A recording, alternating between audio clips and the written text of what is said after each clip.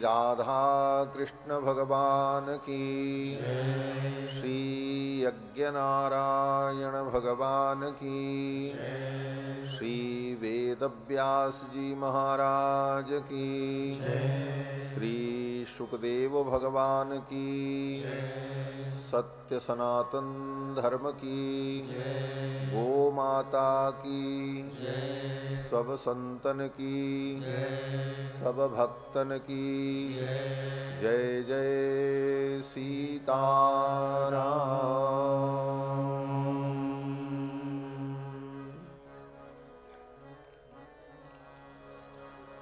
हरि ओम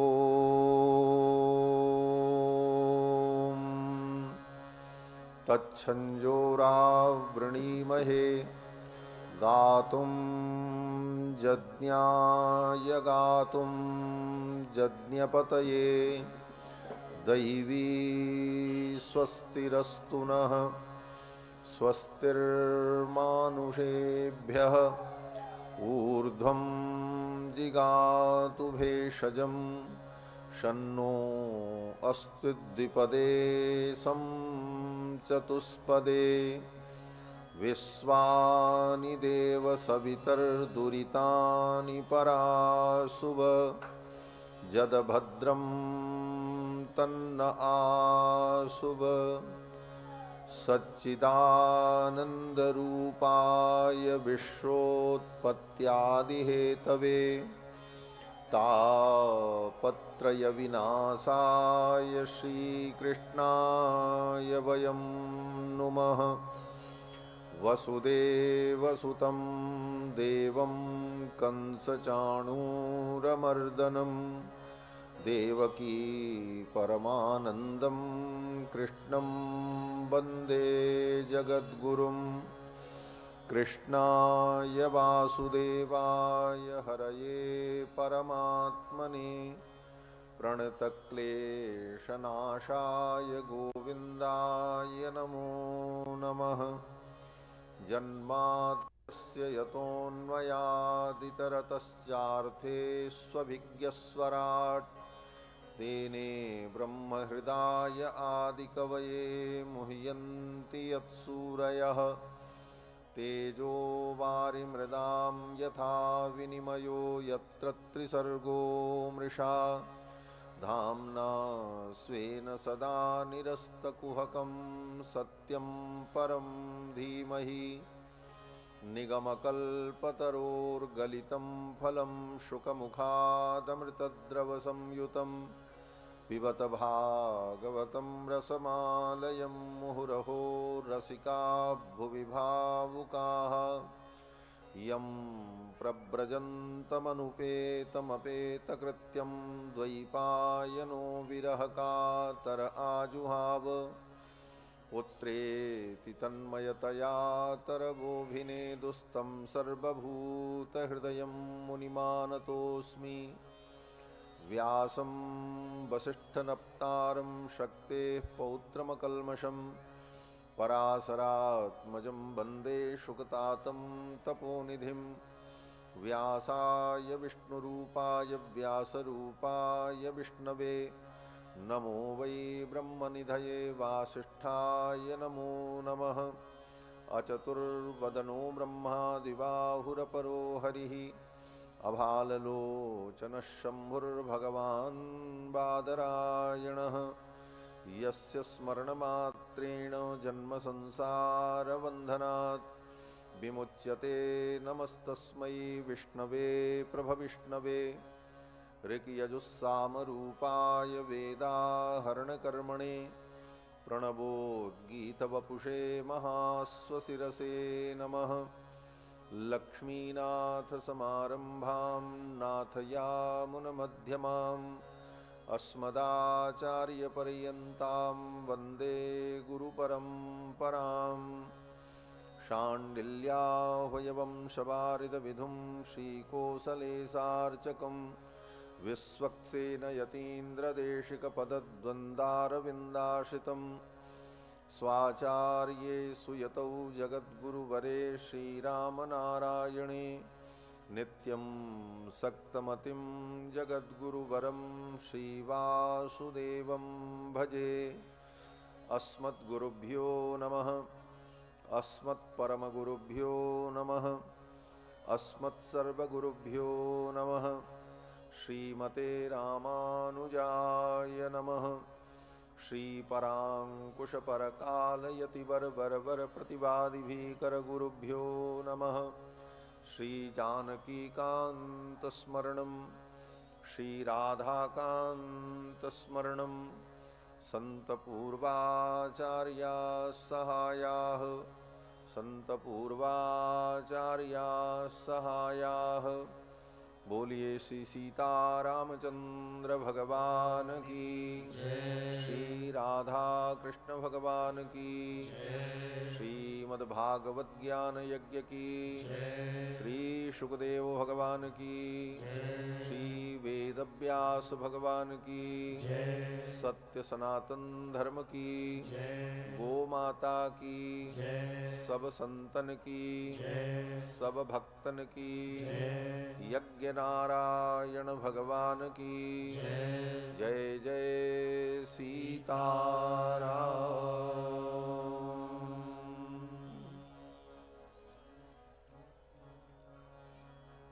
भगवान श्याम सुंदर मदन मोहन लीला पुरुषोत्तम नंद नंदन यशोदानंद वर्धन भगवान श्री कृष्ण की मंगलमयी पुण्य गाथा श्रीमद् भागवत महापुराण के माध्यम से हम सभी लोग श्रवण करें।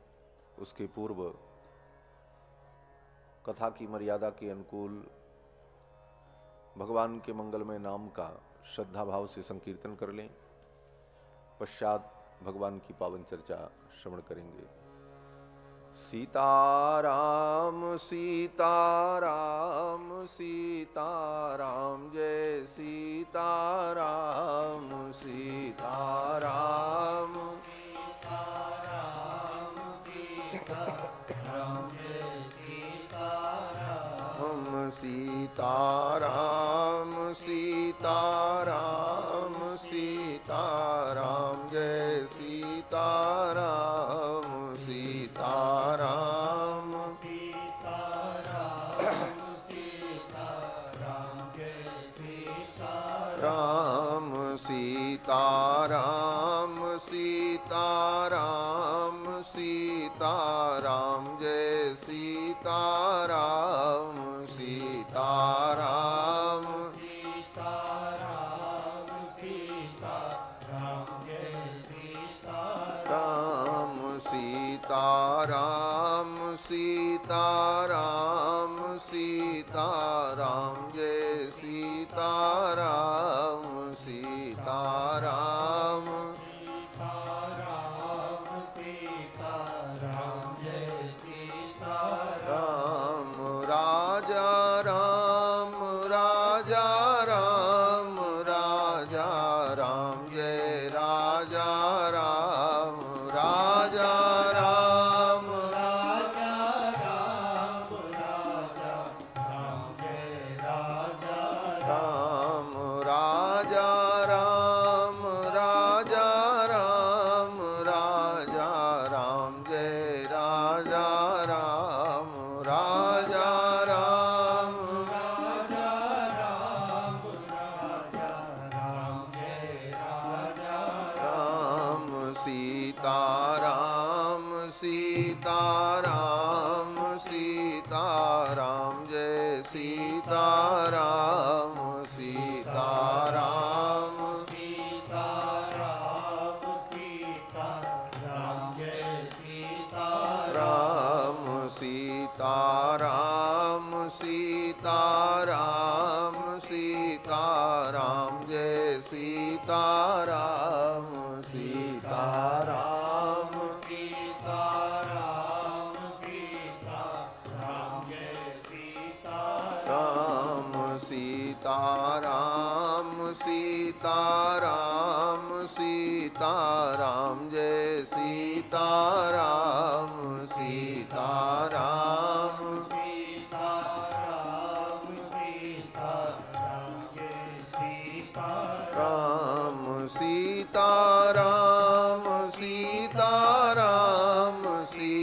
सीताराम जय सीताराम सीताराम सीताराम सीताराम जय सीताराम सीताराम सीताराम सीताराम जय सीताराम सीताराम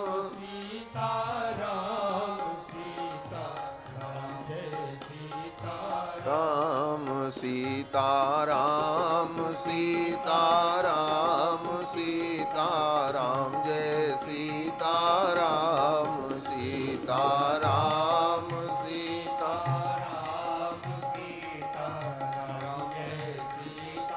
राम सीताराम सीताराम सीताराम जय सीताराम सीताराम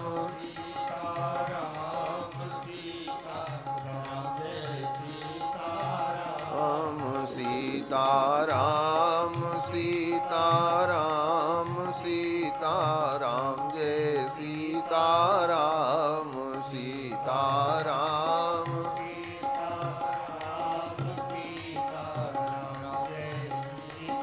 राम सीताराम सीताराम सीताराम जय सीताराम सीताराम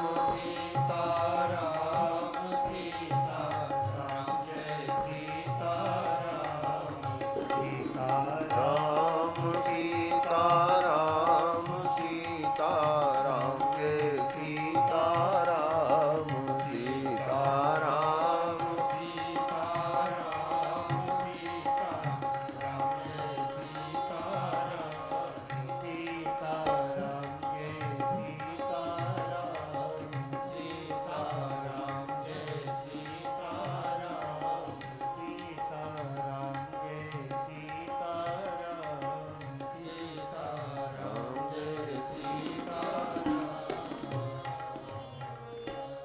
श्री सीतारामचंद्र भगवान की, श्री हनुमान जी महाराज की, श्री भागवत ज्ञान यज्ञ की जय जय सीताराम।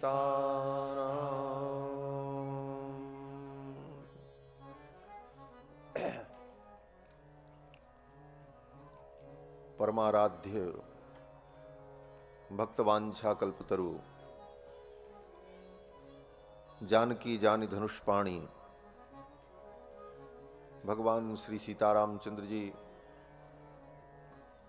जिन श्री रघुनाथ जी की पावन सन्निधि में इस खनैता धाम में विराजमान होकर हम सभी लोग 7 दिनों तक श्रीमद् भागवत महापुराण की मंगलमयी चर्चा यथामति यथागति श्रवण करेंगे। आज के इस कार्यक्रम में उद्घाटन के पावन अवसर पर पश्चिमामनाय पीठाधीश्वर श्रीमद् जगद्गुरु शंकराचार्य स्वामी श्री सदानंद सरस्वती जी महाराज महाभाग ने अपने मंगलमय आशीर्वचन से हम सभी लोगों को अनुग्रहित किया। उनके दिव्य तत्वमय उद्बोधन को आप सभी लोगों ने हम सभी लोगों ने श्रवण किया। इस संपूर्ण कार्यक्रम के प्रेरणा स्रोत परम श्रद्धेय पूज्य महाराज श्री महंत श्री रामभूषण दास जी महाराज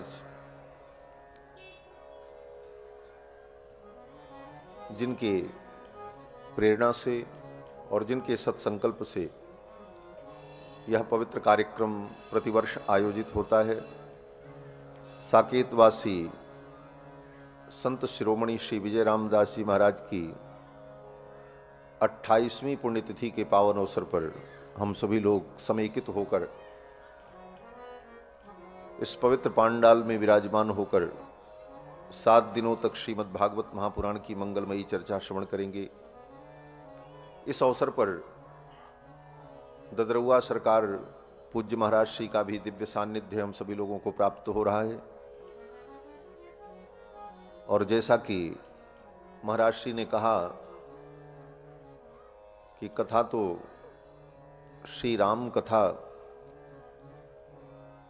सुनने और सुनाने की चर्चा हुई थी, लेकिन इस कथा के यजमान श्री लक्ष्मी नारायण उपाध्याय जी, श्रीमती अंगूरी देवी जी ने ऐसा आग्रह किया कि श्रीमद् भागवत जी की कथा हो।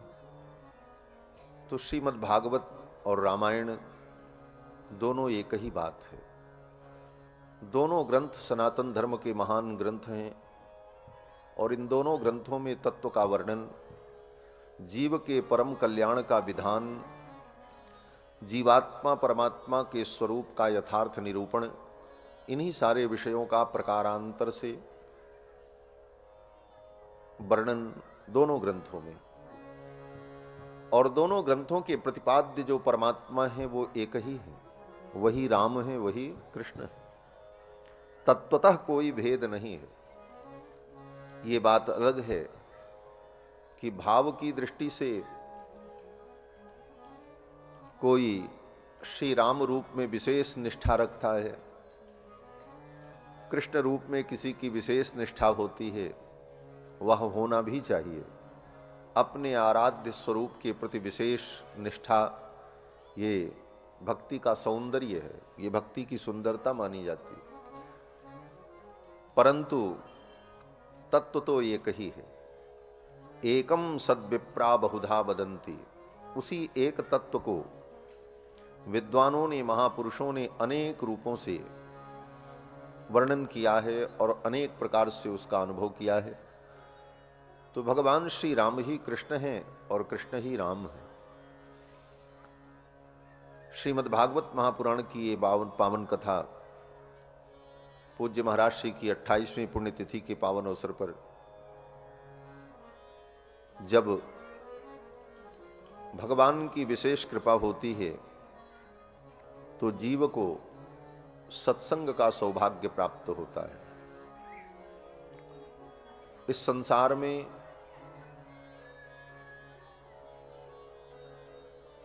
तीन वस्तुएं बड़ी दुर्लभ हैं: मनुष्यत्वम, मुमुक्षत्वम, महापुरुष संश्रयः।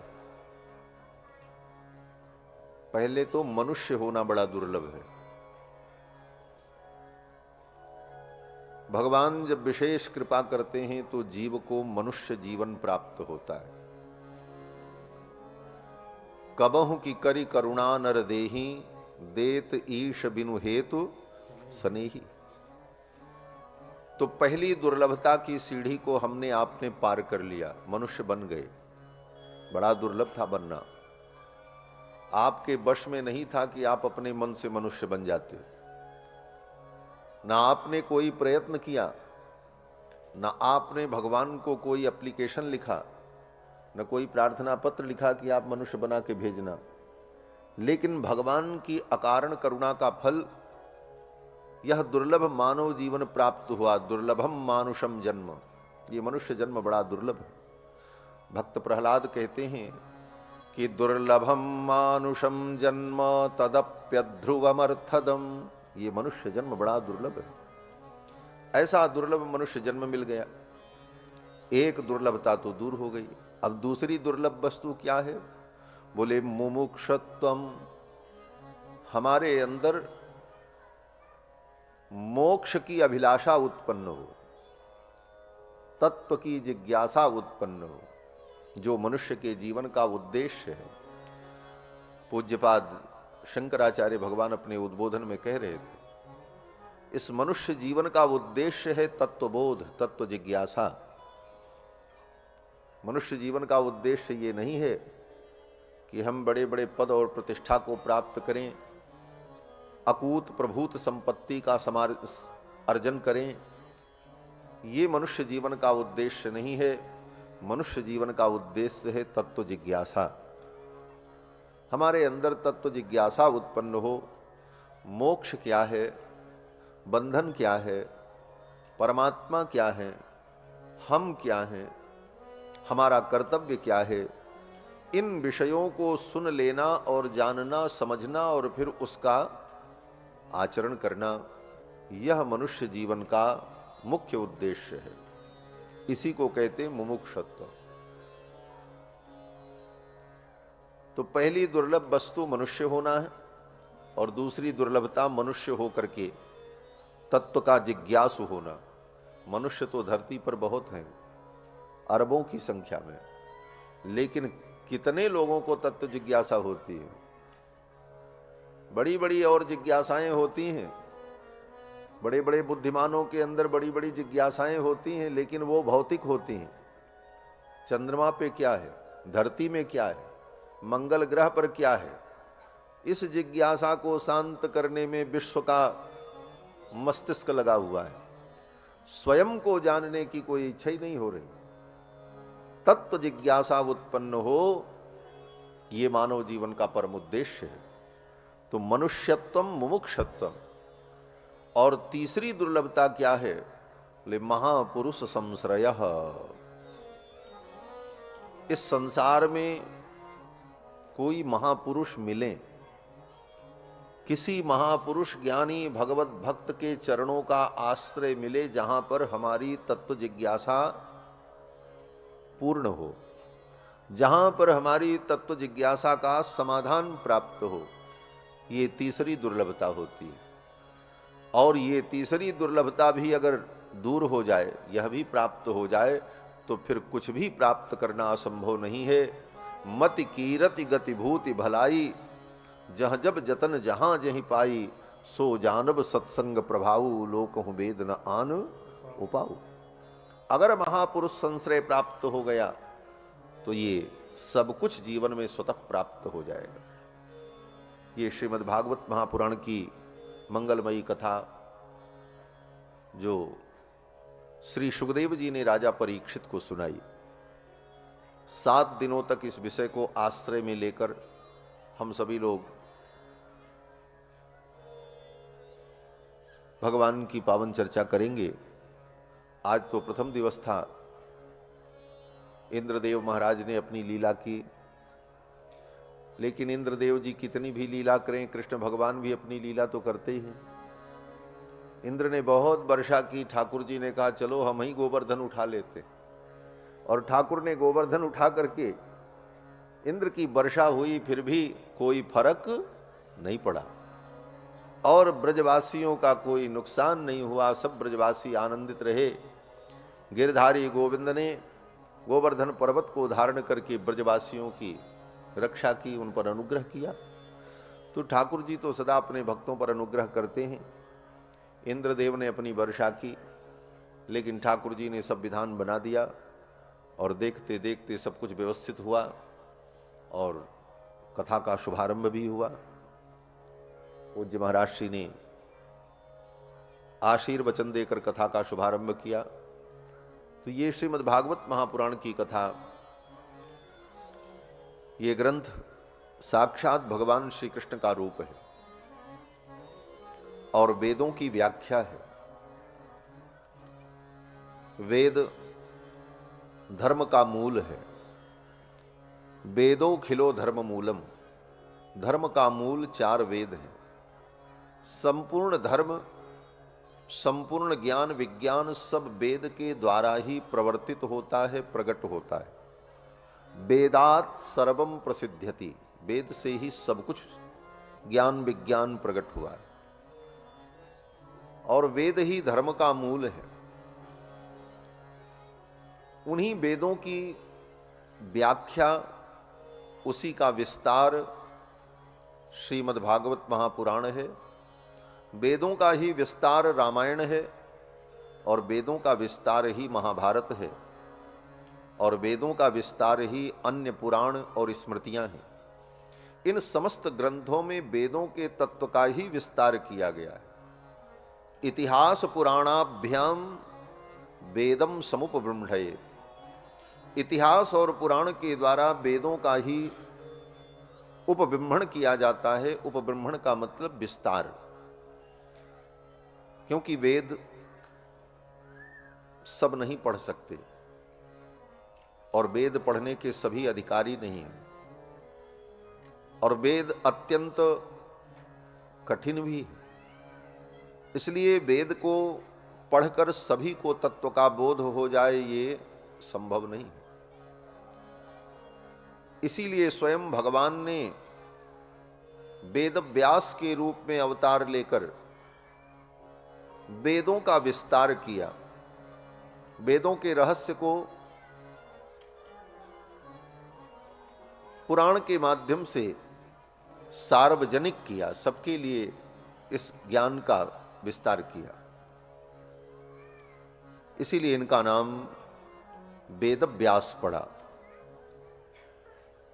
वेद व्यास का मतलब वेद का जो व्यास करते हैं, व्यास माने विस्तार। व्यास का मतलब होता है विस्तार करने वाला। जैसे कथा जो सुनाते हैं उनको भी कहते हैं कथा व्यास। तो कथा व्यास क्यों कहते हैं? इसीलिए कहते हैं कि कथा तो थोड़ी सी है, लेकिन उसका विस्तार से वो वर्णन करते हैं, इसलिए वो कथा व्यास है। कथा जिन शब्दों में कही गई है भाव वही है, लेकिन उस बात को अपने शब्दों में बताते हैं, इसलिए कथा व्यास। उसी प्रकार से वेद के जो शब्द हैं, वेदों में जो गंभीर रहस्य कहा गया, उसको वेद व्यास जी ने अपने शब्दों के माध्यम से सारे जगत के लिए पुराण के रूप में, महाभारत के रूप में प्रकट किया। इसीलिए उनका नाम वेद व्यास है। और ये वेद व्यास जी महाराज भगवान के अवतार हैं। द्वापरे समनुप्राप्ते वासव्याम कलया हरे है। द्वापर युग में पराशर महर्षि की पत्नी वासवी देवी के गर्भ से भगवान विष्णु की कला, भगवान विष्णु के अंश का, कला का प्रादुर्भाव वेद व्यास जी के रूप में हुआ, जिन्होंने 18 पुराण और महाभारत की रचना करके सबके लिए वेद के इस ज्ञान को सरल और सुगम बनाया। तो श्रीमद् भागवत महापुराण वेद रूपी वृक्ष का पका हुआ फल है। निगम कल्पतरोर गलितम फलम शुक मुखाद अमृतद्रव संयुतम पिबत भागवतम रसमालयम मुहुरहो रसिकाः भुवि भावुकाः। निगम कल्पतरोर गलितम फलम, वेद रूपी वृक्ष का ये गलित फल है, पका हुआ फल है श्रीमद् भागवत। पिबत भागवतम रसम, इस भागवत रस को पियो।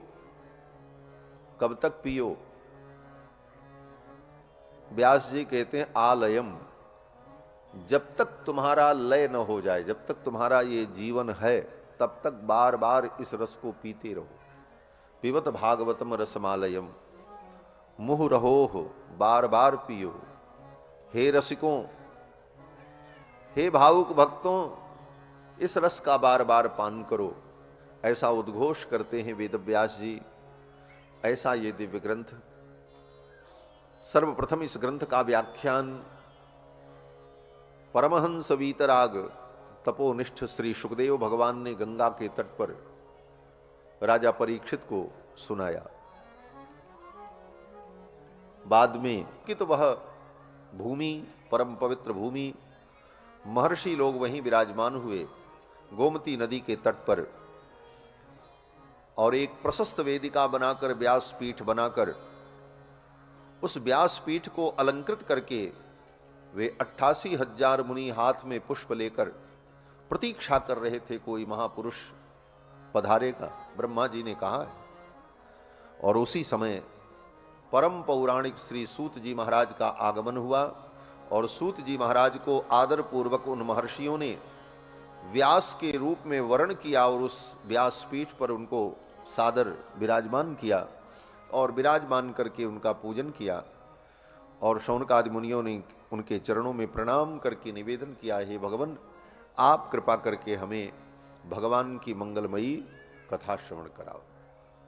इस आदर दृष्टि से, श्रद्धा की दृष्टि से उनके चरणों में जब नमन किया, तो श्री सूत जी महाराज उन शौनकादि मुनियों को कथा सुनाते।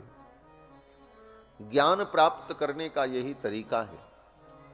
जिससे हमें ज्ञान प्राप्त करना हो, उसके प्रति हमारे अंदर आदर बुद्धि हो, श्रद्धा की बुद्धि हो।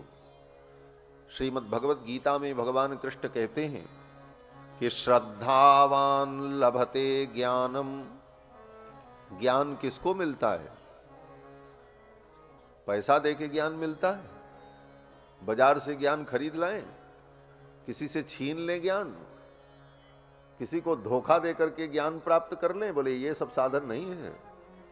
ज्ञान प्राप्त करने का एक ही साधन है श्रद्धा। भगवान कृष्ण कहते हैं कि श्रद्धावान लभते ज्ञानम तत्पर संयतेन्द्रियः। और जिससे ज्ञान हमें प्राप्त होना है उसके प्रति हमारी श्रद्धा हो, हम उसके चरणों के परायण होकर अपने इंद्रियों और अपने विषयों पर नियंत्रण रखते हुए हम उसके चरणों में बैठें, तब हमें ज्ञान प्राप्त होता है। तद विद्धि प्रणिपातेन परिप्रश्नेन सेवया उपदेक्षन्ति ते ज्ञानम ज्ञानिनस् तत्वदर्शिनः। भगवान कृष्ण कहते हैं, अर्जुन, ज्ञान प्राप्त करने का तरीका क्या है? तो कहते हैं तद विद्धि प्रणिपातेन। पहले तो आचार्य के चरणों में, सदगुरु के चरणों में, महापुरुष के चरणों में प्रणिपात करो, प्रणाम करो, प्रणिपाते। फिर बोले परिप्रश्नेन सेवया, उनकी सेवा करो और उनका पूजन करो और तब उनसे प्रश्न करो, तब वो उत्तर देते हैं। उपदेक्षन्ति ते ज्ञानम ज्ञानिनस् तत्वदर्शिनः। तब तत्वदर्शी जन ज्ञानोपदेश करते। शौनक आदि मुनियों ने सूत जी का पूजन किया, समादर किया। यद्यपि शौनक जी स्वयं परम ज्ञानी हैं, शौनक जी का नाम सभी पुराणों में आता है। 88,000 महर्षि इनके साथ रहते हैं। 88,000 महर्षियों का नेतृत्व करते हैं महर्षि शौनक, जो ऋग्वेद के शौनक शाखा के प्रवर्तक आचार्य माने जाते हैं। इतने बड़े विद्वान शौनक जी 88,000 महर्षियों का जो भरण पोषण करते हैं, कुलपति हैं। 10,000 महर्षियों का जो भरण पोषण करे महात्माओं का, उनका संरक्षण करे, वो कुलपति होता है। और 88,000 मुनि महात्माओं का नेतृत्व करने वाले शौनक जी महाराज स्वयं ऋग्वेद की एक शाखा के प्रवर्तक आचार्य हैं। फिर भी भगवान की कथा सुनने के लिए सूत जी के चरणों में बैठकर विनम्र प्रार्थना की। नैमिषे सूतमासीनम अभिवाद्य महामतिम कथामृत रसास्वाद कुशलः शौनको ब्रवीत। नैमिषारण्य में सूत जी महाराज के चरणों में बैठकर शौनक महर्षि ने प्रार्थना की और कहा, हे भगवान, आप अज्ञान रूपी अंधकार को ध्वस्त करने वाले सूर्य के समान हैं। हे सूत जी महाराज, सूताख्या ही कथा सारम मम कर्ण रसायनम। आप ऐसी कथा हमको सुनाओ जो हमारे कानों में रसायन के समान घुल जाए। रसायन माने औषधि। अनेक प्रकार की महत्वपूर्ण दिव्य औषधियों के सम्मिश्रण को रसायन कहते हैं। और रसायन का सेवन करने से व्यक्ति का कायाकल्प हो जाता है। महर्षि कहते हैं कि ऐसी कथा सुनाओ जो रसायन के समान हो, जो कानों के माध्यम से हमारे हृदय में जाए और हमारे भक्ति और ज्ञान वैराग्य को बढ़ा दे, हमारे अज्ञान को, मोह को नष्ट कर दे। और इस घोर कलयुग में प्रायः मनुष्य आसुरी वृत्ति को प्राप्त हो चुका है। ऐसी स्थिति में मनुष्यों का शोधन कैसे हो, उनकी शुद्धि कैसे हो, इसका उपाय आप बताओ। और आप ये भी बताओ, भगवान कृष्ण कैसे मिलेंगे। सीधा सीधा प्रश्न। कृष्ण प्राप्तिकरम सस्वत साधनम तद्बदाधुना। महर्षि शौनक ने कहा कि आप उस साधन का वर्णन करो जिससे कृष्ण की प्राप्ति हो जाए, भगवान हमको मिल जाए। और आप बता सकते हो क्योंकि आपके अंदर वो क्षमता है। स्वर्ग की चिंतामणि मिल जाए तो स्वर्ग की चिंतामणि चिंतित पदार्थ दे सकती है। स्वर्ग का कल्प वृक्ष हमारी कल्पनाओं को पूर्ण कर सकता है, लेकिन सत्पुरुष सदगुरु अगर प्राप्त हो जाएं तो वो भगवान की प्राप्ति करा देते हैं, वो वैकुंठ की प्राप्ति करा देते हैं। इसलिए हे भगवान, प्रयच्छति गुरु प्रीतो वैकुंठम योगी दुर्लभम, गुरु अगर प्रसन्न हो